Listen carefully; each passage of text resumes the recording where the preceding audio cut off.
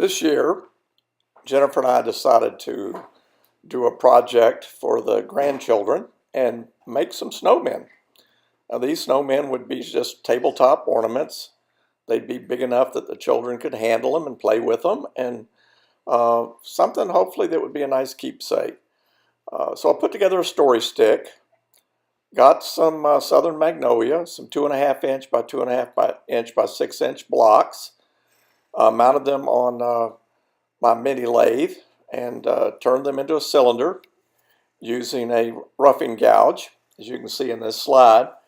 And I tried to follow some of the recommendations that my student had in the article that we posted in our lathe safety blog. I tried to keep the RPMs down to a safe level, considering I was using a Z87 plus rated face shield for this.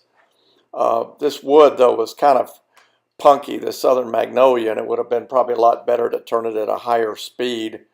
And I would have liked to have used a skew on it, but I thought that might take a little bit too much time since I wasn't that good at a skew.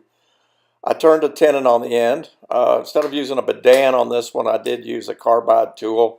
This was a prototype, basically, that I was doing, and I was trying to see how long it would take me to put this together. Once that I had the tenon on the blank, I then set that in the scroll chuck and proceeded to mark on the blank using my story stick an outline of where I was going to make the various cuts for the snowman. I used a thin parting tool to basically cut into each of the lines that you show here on the blank. I just kind of guessed on the depth because this is a prototype, and I was going to take measurements from this to ultimately use to make the other 17 snowmen if this worked out successfully. So once that I had this set up with the marks for each of the changes in diameter and had the cuts done with the parting tool, I then began turning this using a combination of carbide tip tools in this case to shape the body. Tried to use the 1/3, 2/3 rule here on the story stick and then transfer, of course, that to the body of the snowman, as you can see in this slide. The proportions weren't too bad. Might change those a little bit when we get to the rest of the snowmen. After I finished turning the rough outline of the snowman, I then took out some Abernet sanding pads and worked up from 80 grit up to about 400 grit. This wood, again, as I said earlier, was kind of a little bit punky.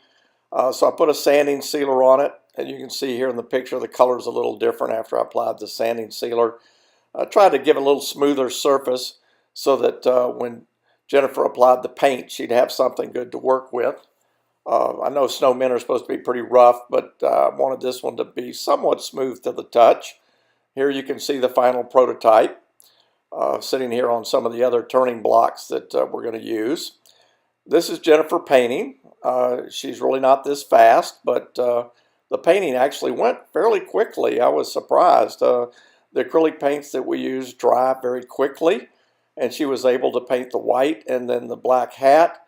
And with just a few minutes of drying time, she was able then to apply the final decorations. And here you can see our snowman completed.